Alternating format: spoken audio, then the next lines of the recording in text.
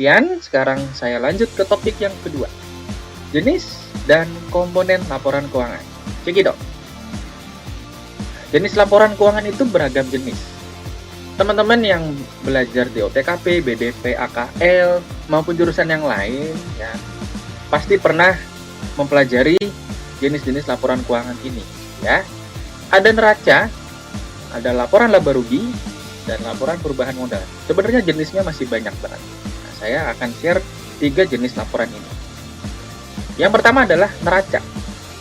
Neraca itu adalah laporan keuangan yang menunjukkan kondisi keuangan usaha bisnis pada waktu tertentu, ya kan? Di mana neraca itu memuat informasi tentang aktiva, kewajiban atau pasifa, serta ekuitas pemegang saham pada akhir periode akuntansi perusahaan tersebut. Ya, ini contoh dari neraca. Ada aktiva lancar, kemudian ada aktiva tetap, kewajiban atau pasifa, dan juga modal atau ekuitas. Nah, ini contoh sederhana dari neraca. Kalau teman-teman AKL pasti sudah sering sekali membuat dan bertemu dengan neraca ya. Kemudian komponen neraca itu apa aja sih? Nah, ini dia. Komponen neraca itu pasti ada aktiva lancar, pasifa lancar, ekuitas ya, maupun juga ada aktiva tetap ya. Ini saya sharing masih banyak yang belum saya masukkan di sini. Silakan dicermati ya. Aktiva lancar ada kas, surat berharga, deposito, piutang, persediaan, sampai pendapatan yang harus masih diterima. Kemudian pasifa lancar. Ada utang ke dagang, utang wesel, utang dividen, utang pajak, dan juga biaya yang masih harus dibayar. Kemudian ekuitas, ya, modal. Ada modal saham, modal sendiri juga ada. Kemudian modal sumbangan, agio saham, dan modal ditahan. Ini komponen neraca pada umumnya. Nah, teman-teman bisa cari, contohnya banyak sekali. Ini tadi saya share yang sederhananya. Jenis laporan keuangan yang kedua, yaitu laporan laba rugi.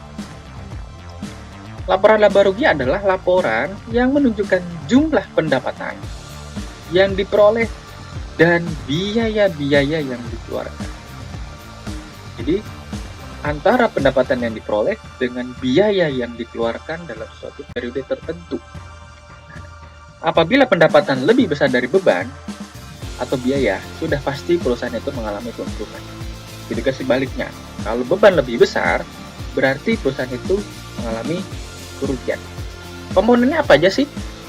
Komponen laba rugi itu ada penjualan, ada harga pokok penjualan, laba kotor, biaya-biaya operasi ya, ada biaya umum, penjualan, sewa, dan administrasi. Kemudian ada juga laba kotor operasional, pendapatan bersih, laba sebelum bunga atau pajak, laba sesudah bunga atau pajak, dan juga biaya bunga. Nah, ada bunga wesel, bunga bank, bunga hipotek, bunga implikasi. Intinya semua akun yang mengenai beban atau biaya dan juga pendapatan. Baik. Kemudian jenis laporan yang ketiga, laporan perubahan modal atau ekuitas. Apa itu laporan perubahan modal? Laporan perubahan modal adalah laporan keuangan yang memberikan informasi tentang penyebab bertambah atau berkurangnya modal selama periode tertentu. Oke, kita lihat komponennya.